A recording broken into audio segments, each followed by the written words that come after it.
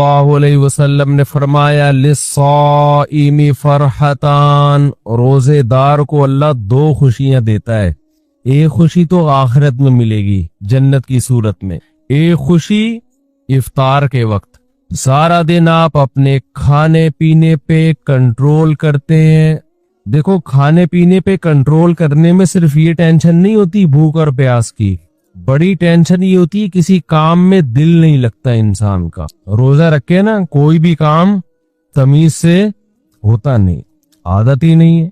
जिन लोगों को सुबह नाश्ते की आदत है, नाश्ता करके ऑफिस जाते हैं, बड़े फ्रेश होते हैं, वो नाश्ता किए बगैर जा रहे होते हैं। जिन लोगों को आदत है शाम को सुट्टा लगाने की, चाय व पीने की, वो बगैर चाय के, तो जबान खुश्क और वो आहिस्ता आहिस्ता। बॉडी की तो जरूरत नहीं होती इतना खाने पीने की, लेकिन आदत तो लाइफ कहते हैं ना, बोरिंग लाइफ हो जाती है, बोर होना शुरू हो जाते हैं, किसी काम में दिल नहीं लग रहा। लेकिन जब अल्लाह ताला हमें इफ्तारी के दस्तरख्वान पे बिठाते हैं, चंद निवाले पेट में उतरते हैं, कैसी तबीयत फ्रेश हो जाती है। ये आम दिनों में तबीयत में ये लज्जत इंसान महसूस नहीं करता। तो अल्लाह ने क्या फरमाया, नबी ने क्या फरमाया कि एक रोजेदार को जो खुशी मिलेगी वो आखिरत में मिलेगी, और एक खुशी दस्तरखान पे जब वो इफ्तार करता है वो भी बड़ी मजे की खुशी होती है। और मैं आपसे एक गुजारिश करता हूँ, इसका मजहब से बराह रास्त ताल्लुक नहीं है, मेडिकल साइंस से है, लेकिन मजहब भी सेहत को की तरगीब देता है ना, सेहत बनाने की। रमजान में एक काम आप कर लें, थोड़ा खाने पीने पे क्या कर लो मेरे भाई, कंट्रोल कर लो। होता ये है कि सुबह सहरी से लेके रात तक, मगरिब तक जब हम भूखे प्यासे रहते हैं, हमारी बॉडी का फैट खत्म होना शुरू होता है, बॉडी निथरना शुरू होती है, जिस्म की ज़कात निकलना शुरू होती है, जिस्म फ्रेश होना शुरू होता है। उसके बाद जो हिसाब किताब इफ्तार के वक्त में फोड़ना फाड़ना होता है, उससे बॉडी की ऐसी की तैसी हो जाती। रमजान में हार्ट अटैक के वाकयात मेरा ख्याल है आम दिनों से ज्यादा ही होते हैं। भाई अल्लाह मियां ने खाने की छुट्टी दी है, फोड़ने की छुट्टी। खाने और फोड़ने में क्या है बोलो, फर्क है। नबी सल्लल्लाहु अलैहि वसल्लम ने फरमाया, बदतरीन बर्तन जिसको भरा जाए ना, वो इंसान का पेट है। कोई बर्तन फुल भरा हुआ अल्लाह को इतना बुरा नहीं लगता जितना इंसान का पेट बुरा लगता है अल्लाह को। मैं नहीं कह रहा कि हराम है ज्यादा खा लें आप, हलाल हराम की बात नहीं है, नापसंदीदा शरीयत की नजर में बहरहाल है, हराम नहीं है। अब आप कहेंगे भूखे प्यासे भी खाने भी नहीं दे रहे, अल्लाह मियां भी अभी भी पाबंदियां लगा रहे हैं। अल्लाह पाबंदी नहीं लगा रहा, लगा खा लो, फोड़ दो, जितना फोड़ना फोड़ दो, पड़े हुए खुद ही हो गए ना, फोड़ दो, हराम नहीं है, लेकिन पसंदीदा काम नहीं है।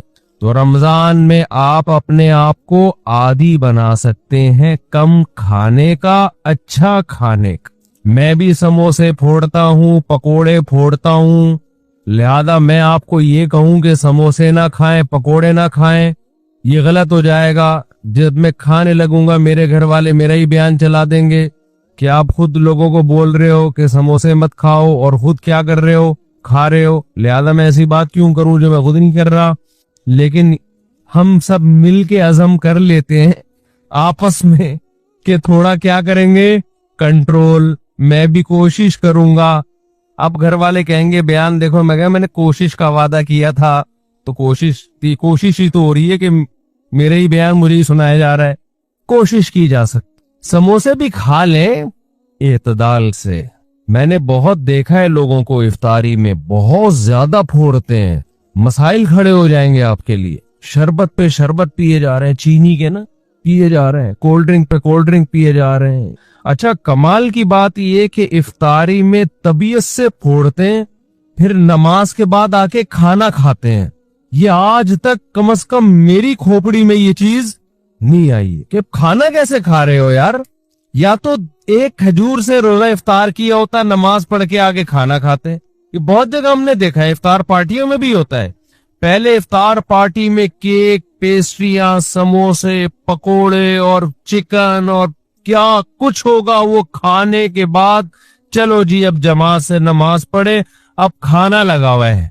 अब मुझे कह रहे हो तो मुझसे वो खाना लगा दिया। खाना कैसे, ये क्या खाया हमने भाई? एक एक आदमी ने कम से कम 6-6 समोसे खाए हैं और इतने पकोड़े खाए हैं, तो अब खाना क्या?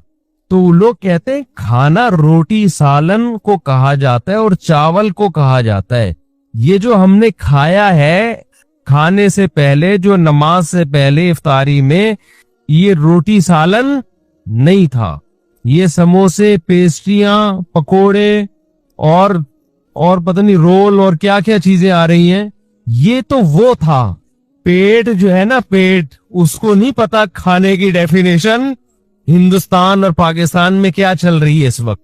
पेट ये देखता है कि ऊपर से कोई चीज आ रही है, उसको हजम करना शुरू कर दो। पेट उसी को खाना कहता है। नहीं आई बात, मेरा ख्याल है। एक दफा हमारा पेशावर जाना हुआ तो हमारे कुछ मेजबान थे, वो माशाल्लाह पठान लोग तो वैसे ही बड़े सखी होते हैं। उन्होंने क्या किया, मेरे लिए ना देसी मुर्गियों की वो लाके रख दी। देसी मुर्गियां ना रोस्ट, बड़ी जबरदस्त थी वो, राने उसकी भुनी हुई, हमने फोड़ ली।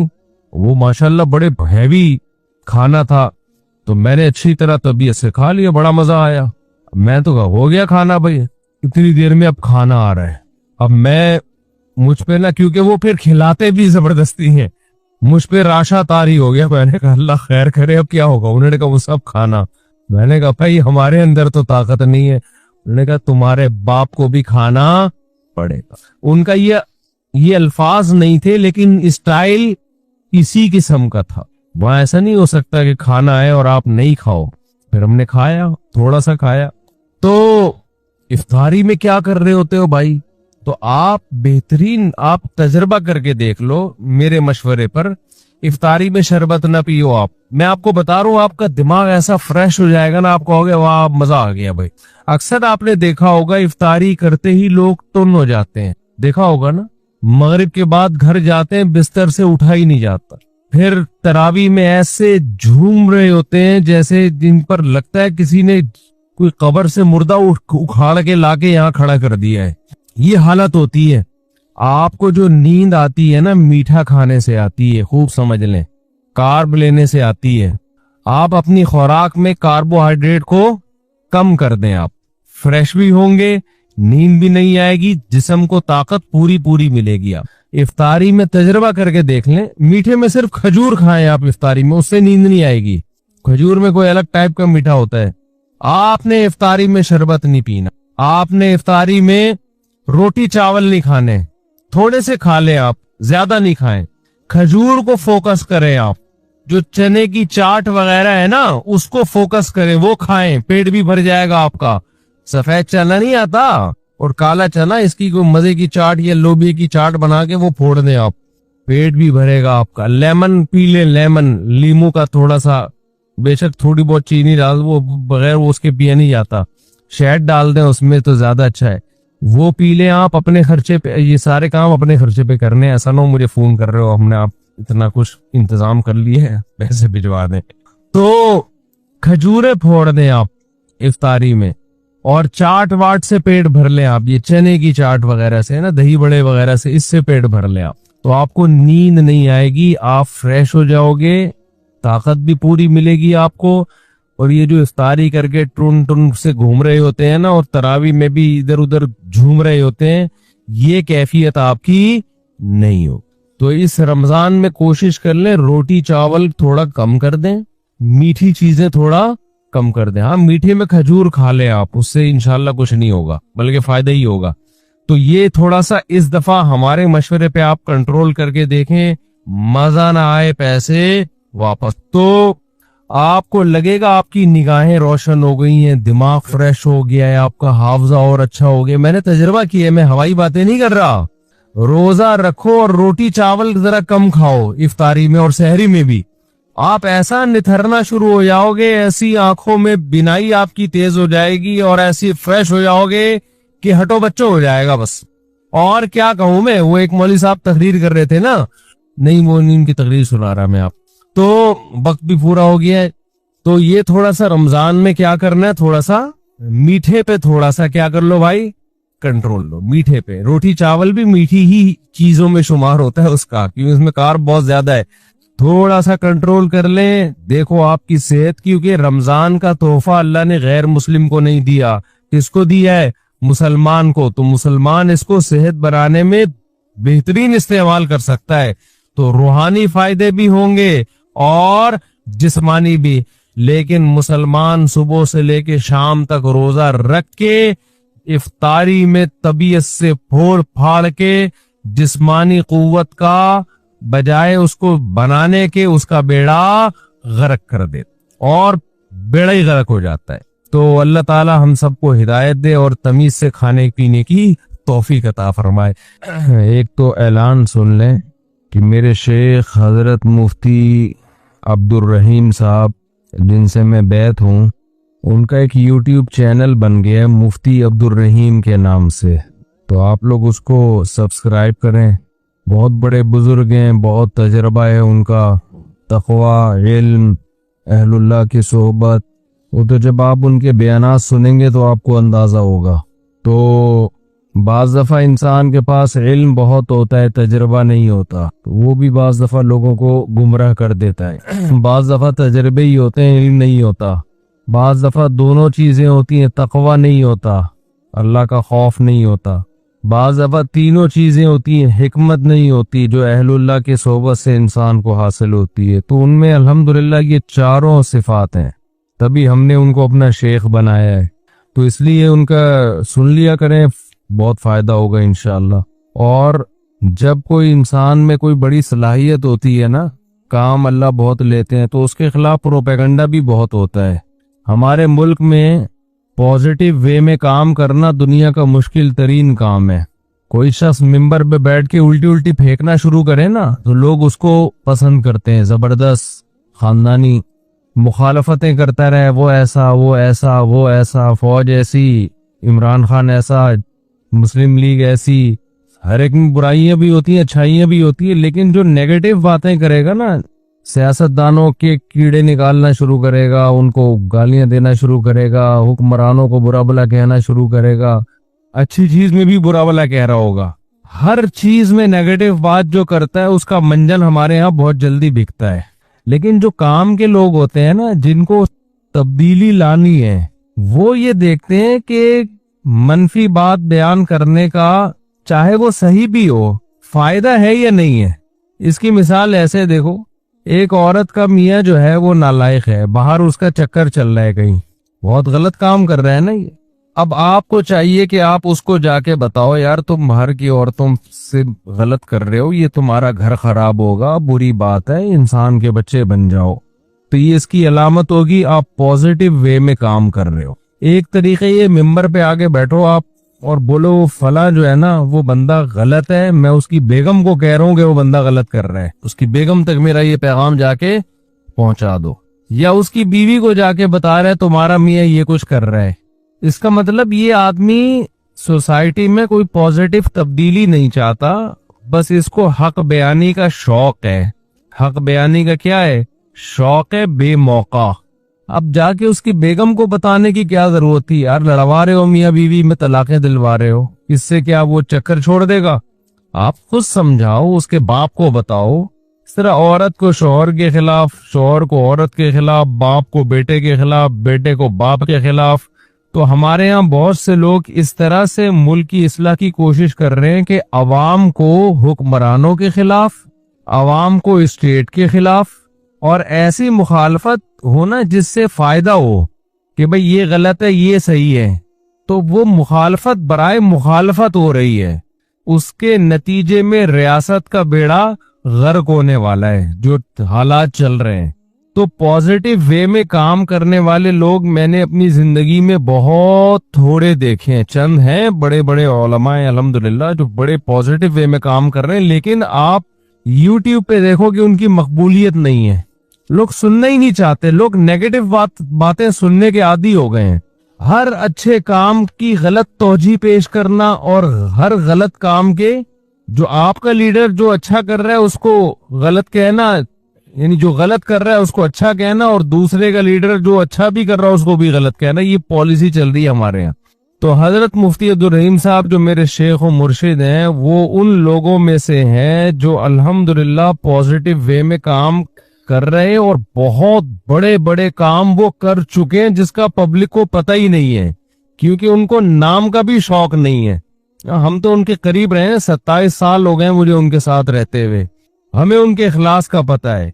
लेकिन जब एक बात याद रखो, जब आप पॉजिटिव वे में काम करोगे ना, बहुत से लोग आपकी टांगे खींचेंगे। कोई आपको एस्टेब्लिशमेंट का कहेगा, कोई बूट पॉलिशिया कहेगा, कोई हुक्मरानों का वफादार कहेगा, जबकि ना वो एस्टेब्लिशमेंट से 1 रुपया लेते हैं, ना कभी लिया उन्होंने, ना हुक्मरानों से उनका कोई मफाद है, लिया ही नहीं कभी ना। तो पॉजिटिव वे में काम कर रहे हैं, तो आप जरा उनको सुने तो आपको अंदाजा होगा कि अल्हम्दुलिल्लाह कि तमीज के लोग भी दुनिया में मौजूद हैं, जिनसे आपको बहुत अच्छी गाइडेंस मिलेगी और अपनी जिंदगी में तब्दीली लाने का मौका मिलेगा। आप कहेंगे मुफ्ती साहब फिर आप भी तमीज के बन जाओ ना, जब इतनी तमीज तमीज बातें कर रहे हो। हम जैसे हैं हमको वैसे ही रहने दो भाई, हम बदतमीज ही अच्छे हैं। हम क्या है? बदतमीज ही अच्छे हैं। अच्छा भाई मुफ्ती साहब, होली मनाना कैसा है? इंतहाई दर्जे की बदतमीजी है। अभी तमीज की बात चल रही है ना। हिंदू मनाए, आप ना मनाओ भाई।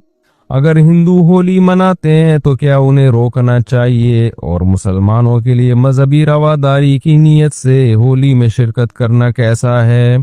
देखो, उनको तो मत रोको, उनका मजहबी त्यौहार है, उनको क्यों रोक रहे हो भाई? वो हिंदू है, वो मुसलमान थोड़ी है। बाकी आप ना मनाओ। बाकी मजहबी रवादारी के लिए, मजहबी रवादारी में ये है कि उनको करने दो, बस इतनी रवादारी काफी है, अफोर्डेबल है। अब शराब कोई शख्स पी रहा है तो पी रहा है ना, वो पी रहा है, आप उसको ना रोको। ये तो नहीं कि उसके साथ जाके पीना शुरू कर दो भाई, वो ठीक है, रवादारी है यार, छोड़ो यार, उसका मसला है, हमारा क्या मसला है। तो लेकिन मैं नहीं कह रहा कि होली पीना शराब जैसा है, लेकिन हमारे मजहब में तो हराम है ना दूसरे मजहबी त्योहारों पर अमल करना। तो अब वो कर रहे हैं, उनको करने दो, उनको न छेड़ो, लेकिन आपके लिए उसमें शिरकत जायज नहीं है। लोग कहते हैं कि भाई हिंदू भी तो हमारे त्योहारों में शरीक होते हैं हमारे साथ। भाई उनके मजहब ने उनको नहीं रोका हमारे त्योहारों में शिरकत से, हमारे मजहब ने हमको रोका है। ये अगर ब्रॉड माइंडेड बनना शुरू हुए ना तो इसकी कोई ब्रेकें नहीं है। फिर आगे यूरोप में जाओगे, अमेरिका में जाओगे, वो इससे हिंदुओं से 2 हाथ आगे है, बहुत सारी चीजें उनके यहाँ लीगल हैं। वो कहते हैं यार ये सब सेट है। तो आप कब तक ब्रॉड माइंडेड बनोगे? तो अपना मजहब जो इस्लाम ने दिया है आपको, और इस्लाम ने कहा है वो मैं यब्तगी गैरल इस्लामी दीनन, अल्लाह की नजर में सिर्फ इस्लाम ही है। तो जब आपका ये दावा है तो हम उससे बाहर नहीं निकल सकते। बाकी हम तशद्दुद के कायल नहीं है, रवादारी के कायल हैं। हिंदुओं को खिलाएं पिलाएं, हदिये दें, तोहफे दें। मजहबी त्यौहार में ना क्रिसमस में ईसाइयों के साथ शरीक होने की इजाजत है, और ना होली में हिंदुओं के साथ शरीक होने की इजाजत। बाकी उनके आप अच्छी तरह से मिले उनको। कल गुसल करते भी गुमान होता रहता कहीं से कोई जगह खुश न रह गई हो। मेरा दिल चाहता है इनको पकड़ के ना ऐसे वहमियों को चित्रौल लगाऊं, ये मुझे पागल बना देंगे। ये जो वहमी लोग है ना, इनके फोनों को मैंने वहमी नंबर 35 तक महफूज किया हुआ है। और इनके साथ ज्यादा आपको पता है, नफ्सियाती डॉक्टर उमूमन मरीजों की काउंसलिंग करते करते थोड़े दिनों में खुद नफ्सियाती हो जाते हैं। ये मुझे किसी डॉक्टर ने ही बताया, वो फिर अपना इलाज किसी बड़े डॉक्टर से कर रहा होगा। आप जिस किस्म के तबके में ज्यादा बैठते हो ना, थोड़ी देर में आप क्या हो जाते हो? वही हो जाते हो। अब वहमी आएंगे, मुझे ये जगह खुश रह गई, ये जगह खुश रह गई, गुसल नहीं हो रहा। जब ज्यादा सुनता है तो मुझे भी 5 दफा होता है, पता नहीं मेरा गुसल हुआ कि नहीं हुआ। हकीकत बता रहा हूं।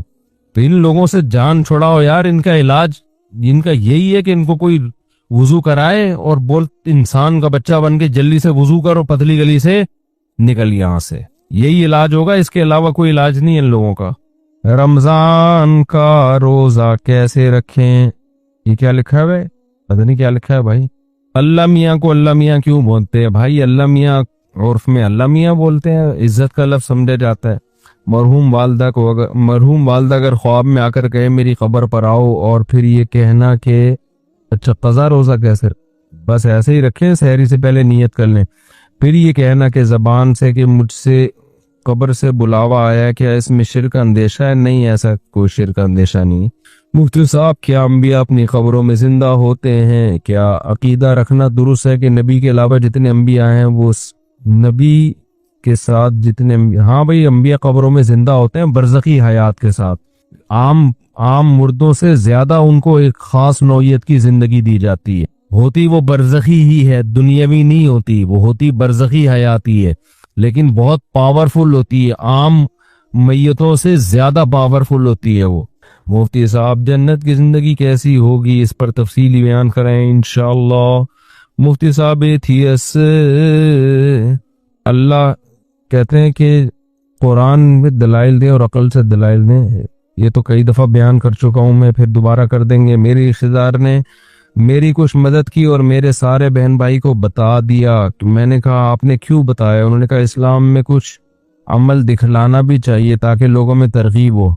अब मेरे बहन भाई मुझे ताना दे रहे हैं, अबे भाई आपने कुरान में यह है कि दिखा के भी खर्च करो और छुपा के भी खर्च करो। छुपा के इसलिए ताकि इखलास हो, दिखा के इसलिए ताकि लोगों को तरगीब। लेकिन जिसको दे रहे हो वो इज्जतदार आदमी है तो फिर उसके बारे में मत बताओ। आप अपने रिलेटिव को दे दिया, सारी दुनिया में बता दिया मैंने उसको दिया है, तो ये इसमें तो बेइज्जती है ना अगले की, तो ये गलत चीज है, इससे तौबा इस्तिगफार करना चाहिए। जनाब वाला, क्या हर नेक काम करने से पहले नियत करनी पड़ेगी? कर लेनी चाहिए तो सवाब ज्यादा मिलेगा। जैसे कि हुकूकुल इबाद, हमें तो बचपन से हुकूकुल इबाद वगैरह सिखाया जाता, तो क्या हर इससे पागल हो जाते आदमी। अब अब्बा को कुछ दे रहे, मैं नियत करता हूँ सवाब हासिल करने की, ये लो अब्बा। बेगम को कुछ लाके खिला रहा है, मैं नियत करता हूँ सवाब हासिल करने की। बस दिल में नियत करो, अल्लाह मैं जिस मखलूक को भी खिला रहा हूँ किसके लिए? तेरे लिए, तो बस ये काफी है। हर दफा नियत कर लो तो और अच्छी बात है, लेकिन वहमी ना बन जाओ फिर। मुफ्ती साहब, आप मसले मसाइल के सेशन से पहले 4 रकत पढ़ लेने का कहते हैं, इसके बाद 2 रकतें भी तो सुन्नत मुअक्कदा होती हैं। 4 रकतें सुन्नत मुअक्कदा, उसके बाद 2 रकतों के बारे में इख्तलाफ है कि वो सुन्नत मुअक्कदा है या नहीं है। तो हमारी तहकीक यही है कि वो सुन्नत मुअक्कदा नहीं है। बाज़ उलमा कहते हैं मुअक्कदा है। इतनी लंबी नमाज हो जाती है जुम्मे की यार, लोगों को आसानी भी तो देनी चाहिए ना। इस जमाने में दोनों कौल है तो आसान कौल को ले लेना चाहिए, समझते हो? पढ़ ले तो अच्छी बात है, ना पढ़े तो भी ठीक है। मेरे लिए दुआए खैर फरमा दीजिए, दिल से दुआ, अल्लाह ताला आपको दुनिया और आखिरत की भलाई दे। अलिया ने सलाम भेजा, दिल से दुआ है जी, दिल अलैकुम अलैहिस्सलाम, दिल से दुआ है आप दोनों के लिए। यूरोप के कानून के मुताबिक तलाक या खुला की सूरत में आधी जायदाद देनी पड़ती है। शरीयत के मुताबिक अगर माल औरत का हो तो मर्द को क्या हुक्म है, जबकि इसने खुला की शर्त यह लगाई है कि जायदाद मिलेगी तो तलाक दूंगा। ये शर्त सही नहीं है। मर्द ने जब तलाक दे दी तो सिर्फ मेहर देना पड़ता है और इद्दत का नान नफका देना पड़ता है, और औरत ने अगर तलाक ली है तो उसको मेहर वापस करना पड़ता है, जायदादें देनी नहीं पड़ती, समझते हो? तो तलाक की सूरत में तो यूरोप में कानून है कि आधी जायदाद औरत की मर्द को दे दी जाए या मर्द की औरत को, ये गैर शरई कानून है, तो मर्द के लिए वो लेना हलाल नहीं है। अगर कानून ने फैसला कर दिया कि औरत की आधी जायदाद मर्द को दी जाएगी तो मर्द पर लाजिम है कि वो वापस कर दे।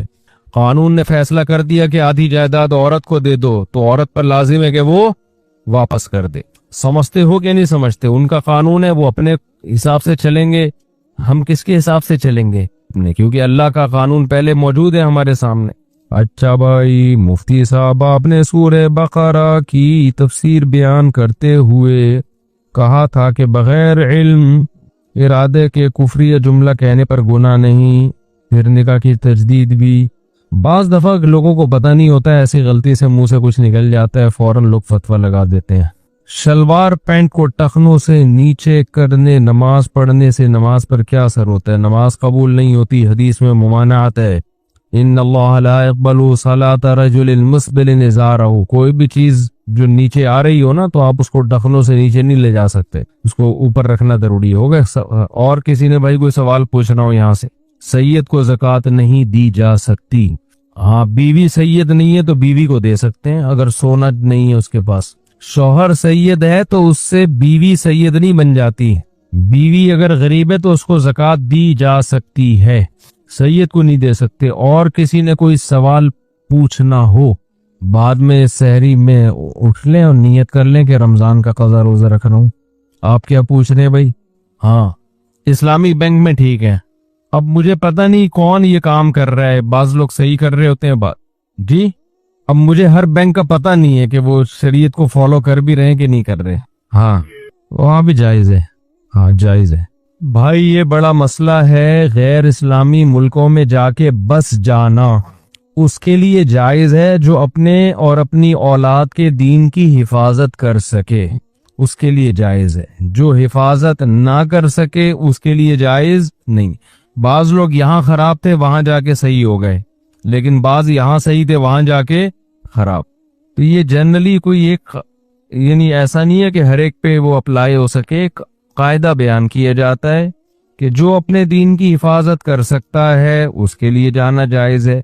लेकिन रोज बरोज ना वहां के हालात खराब से खराब तर होते चले जा रहे हैं, क्योंकि स्कूलों में होमोसेक्सुअलिटी बाकायदा पढ़ाई जा रही है, तरगीबें दी जा रही हैं।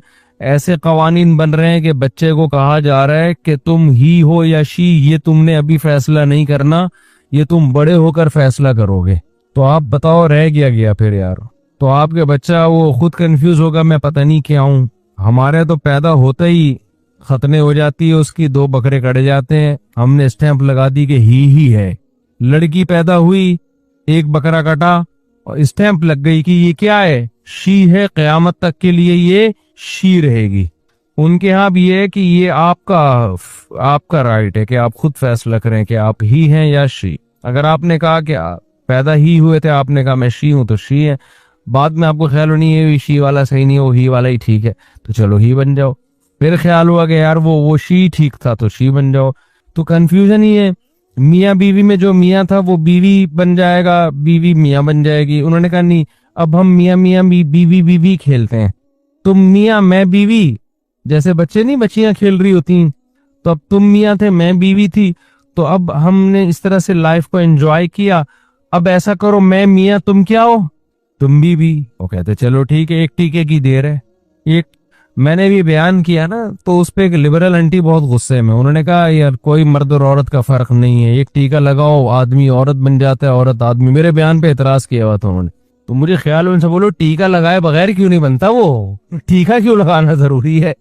तो अब तो एक टीके के फासले पर है, जो बनना है आप एक टीका लगाएं बन जाए। ऑपरेशन होता है छोटा मोटा सा। तो अब ये आप अगर आप चाहते हो कि ये आपकी औलाद में ये चीजें जाएं तो ठीक है भाई, नहीं तो इसी गुर्बत और महंगाई में क्या करो मेरे भाई, वो गुजारा करो। महंगाई है, गुर्बत है, लेकिन जो ही है वो ही है, जो शी है वो क्या है, शी है। ये बहुत बड़ी अल्लाह की नेमत है, अल्हम्दुलिल्लाह। आप दामाद के बारे में कंफ्यूज नहीं है, वरना दामाद के बारे में लोग कंफ्यूज है वहां पे, पता नहीं मेरी बहू है कि कमबख्त दामाद है, क्या है ये। आपकी बेटी रुखसत होके जा रही है किसी घर में, आपको ये नहीं पता कि ये घर दामाद बनने जा रही है या बहू बनने जा रही है। ये तो इतनी कंफ्यूजन पैदा हो, इसको कहते हैं ब्रॉड माइंड। हम क्या है, आजाद ख्याल लोग हैं। तो उनके यहाँ ये होगा भाई, हम लोग के यहाँ ऐसा नहीं होता। हम लोग के यहाँ बेटियां रुखसत होके जाती हैं और वो बहू बनती हैं और दामाद मिलते हैं जो पूरे पूरे ही होते हैं। कोई कंफ्यूजन अल्हम्दुलिल्लाह इसमें हमें नहीं होती। ख्वाजा सिरा होते हैं, वो पाकिस्तान में टोटल 4000 ख्वाजा सिरा हैं जो सच्ची मुच्ची के हैं, जो कुदरत की तरफ से हैं। करोड़ों की आबादी में सिर्फ कितने हैं, 4000, बाकी सारे बने हुए हैं।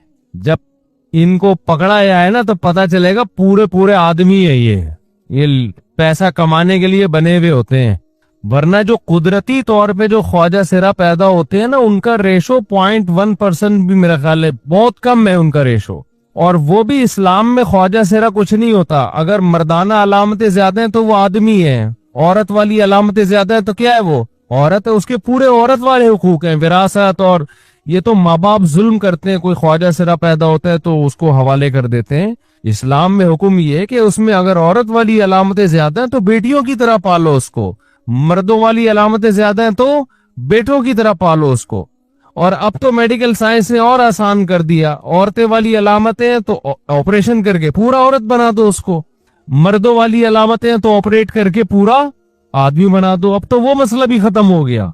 लेकिन अब आप देखो अल्लाह की कुदरत है, किधर को सोसाइटी जा रही है हमारी। तो आप ठीक है जाओ लिबरल माहौल में रहो, लेकिन फिर ये कंफ्यूजन बहुत पैदा होगी बच्चों के बारे में। हकीके में बड़े मसले खड़े हो जाएंगे, क्या करें, दो कांटे कम बगत एक कांटे।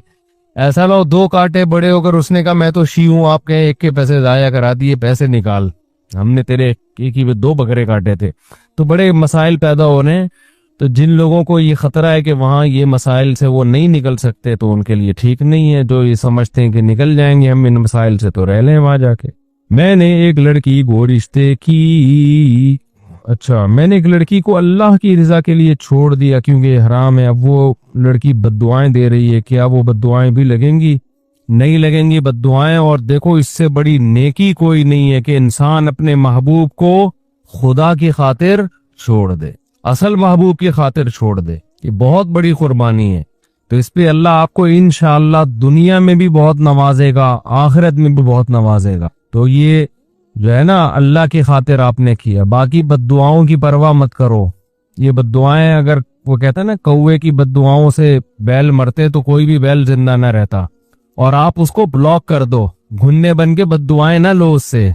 बाज़ दफा मैसेज देख रहे थे, देखो कोई नई बद्दुआ तो नहीं आई हुई। तो मकसद होता है कि उस इंजॉय करना ना, थोड़ा देखें महबूब ने क्या भेजा है। वो खुश हो रहा होता है, कितना टेंशन में है भाई, जबरदस्त। तो उसका तरीका ये है कि नसीयम मनसिया, ब्लॉक कर दिया नंबर, खत्म। इज्जतदार आदमी बीवी रखता है बस, उसके अलावा उसके पास कोई ऑप्शन नहीं। इसकी फायदा फिर वो अपनी नस्लों में उठाता है। इज्जतदार औलाद मिलती है, गैरतमंद औलाद मिलती है जो उसको मोहब्बत देती है। और जो ठरकी किस्म के लोग होते हैं, सबसे बड़ा नुकसान औलाद। औलाद को पता होता है मेरा बाप 2 नंबर है, वो बाप को बाप वाली इज्जत नहीं देती। समझते हो कि नहीं समझते? तो हमारे घरों में जो इज्जत और मोहब्बत है, ये इसी वजह से है कि हमारे घरों में अल्हम्दुलिल्लाह मर्दों में मेजॉरिटी पाक दामन है। अब खराबी आ रही है तो घरों का माहौल खराब होगा। नहीं वो तो ठीक नहीं है, नहीं ये तो सही नहीं है, नहीं नहीं फिल्मों के तो लाइक नहीं कर सकते ना आप। तो ऐसा वाकया हुआ है, मलबे तले पूरी फैमिली थी। फातोत नुमा शक्ल में एक औरत आई कि मेरे बच्चे इस मलबे के नीचे हाँ वो दिल सच्ची रहे। जब उनको निकाला गया तो पता नहीं, अल्लाह आलम, ऐसा हो सकता है, मुमकिन है। अल्लाह की कुदरत से तो कुछ बईद नहीं है। जी जी जी, अल्लाह की कुदरत से तो कोई बईद नहीं है भाई। सुभानक अल्लाह बिहम्दिका। भाई आखिरी सवाल, बस बच्चा काफी देर से पूछ रहा है, जल्दी बस आखिरी। बस मदरसा काबिल एतमाद हो तो ज़कात सदका दें, काबिल एतमाद नहीं है तो नहीं दें, ठीक है। बाकी वो वकालतनामा ले लेते हैं। नहीं, मदारिस में दोनों तरह की रकमें आती हैं, ज़कात भी आते हैं, नफली सदके भी आते हैं। तो सादात पर